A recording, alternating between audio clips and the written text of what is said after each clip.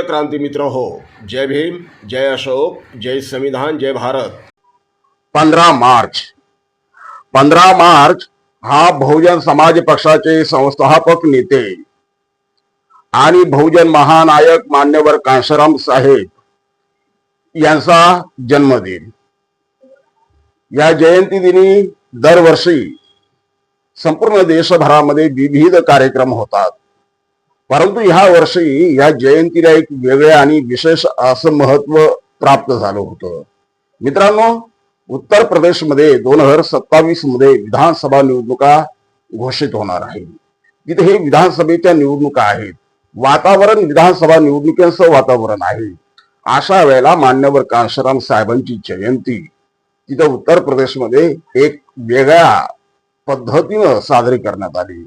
वेगळ्या पद्धतीनं म्हणण्याचं कारण असं आहे की ह्या वेळेला कधी नव्हे ते समाजवादी पक्षापासून तर काँग्रेस पक्षापर्यंत सगळ्याच पक्षांना मान्यवर कांशीराम साहेबांच्या प्रेमाचा उमाळा आला होता। सगळ्या पक्षांनी मान्यवर कांशीराम साहेबांना विनम्र अभिवादन करण्याच्या मोठमोठ्या जाहिराती दिल्या। त्यांच्या फेसबुक अकाउंट, सोशल मीडिया अकाउंटवरून त्यांनी मान्यवर साहेबांना अभिवादन केलं। आता हे प्रेम हे पुतना मावशीचं प्रेम होतं की आणखीन कोणतं होतं हे नंतर आपल्याला कळून येणारच आहे। मित्रांनो, ह्या पार्श्वभूमीवर आणखीन एक गोष्ट आपल्या लक्षात आली असेल, ती म्हणजे आंबेडकरी शक्तीचे 15 मार्च रोजी आंबेडकरी शक्तीचं विराट असं दर्शन आपल्याला उत्तर प्रदेशमध्ये बघायला मिळालं।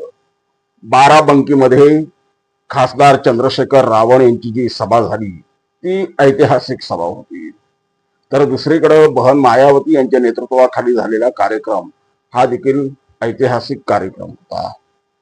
या ठिकाणी निश्चितपणे बहन मायावती यांची ताकद आहे, बहुजन समाज पक्षाची ताकद आहे, बहुजन समाज पक्षाची ताकद आहे। म्हणून मान्यवर कांशीराम साहेबांना काल अभिवादन करताना सर्व पक्षांना प्रेमाचा उमाळा आला होता।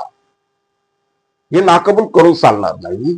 तर दुसऱ्या बाजूला चंद्रशेखर रावण ही आपली एक ताकद त्या ठिकाणी निर्माण करू पाहत आहे। अर्थात त्यांच्या ह्या शक्तीच्या माग म्हणजे ते जे काही करू पाहतात त्याच्या माग एका अदृश्य शक्तीचा हात आहे असं त्या ठिकाणी म्हटलं जाते। अर्थात त्या गोष्टीबद्दल आपण नंतर बोलणारच आहोत। ही अदृश्य शक्ती कोण आहे ते आपण नंतर बोलू। परंतु आजच्या घडीला उत्तर प्रदेशमध्ये बहन मायावती आणि चंद्रशेखर यांच्या शक्तीला आपल्याला दुर्लक्ष चालणार नाही।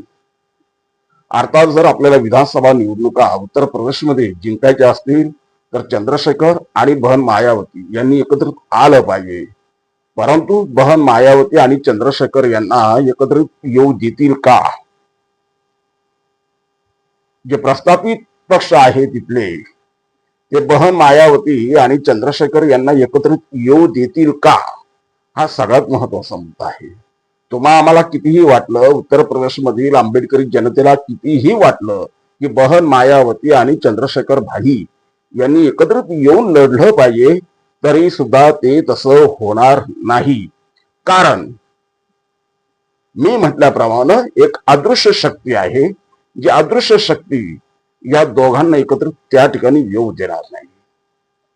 परंतु जर उद्या या अदृश्य शक्तीला लाथाडून जशी महाराष्ट्रातली आंबेडकरी जनता ही स्वाभिमानी जनता आहे आणि ह्या स्वाभिमानी जनतेचा नेता प्रकाश आंबेडकरांच्या रूपानं महाराष्ट्राच्या भूमीमध्ये, महाराष्ट्राच्या मातीमध्ये प्रस्थापितांना धूळ सारत आहे, लोळवत आहे।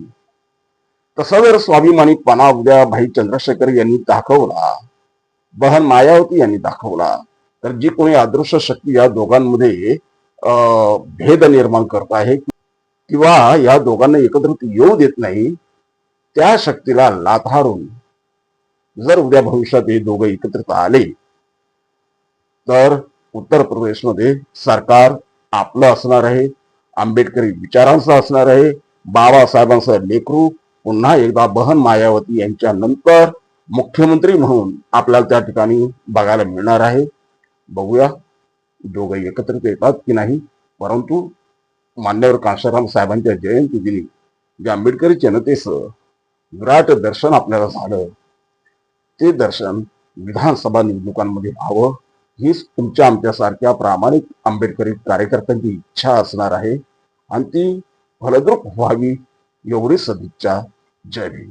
प्रिय क्रांती मित्र हो, भीम पॅन्थर या आपल्या हक्काच्या यूट्यूब चॅनलला कृपया सबस्क्राईब करून आम्हाला विषमतावादी शक्तींच्या विरोधात लढण्यासाठी बळ द्या, शक्ती द्या, ऊर्जा द्या.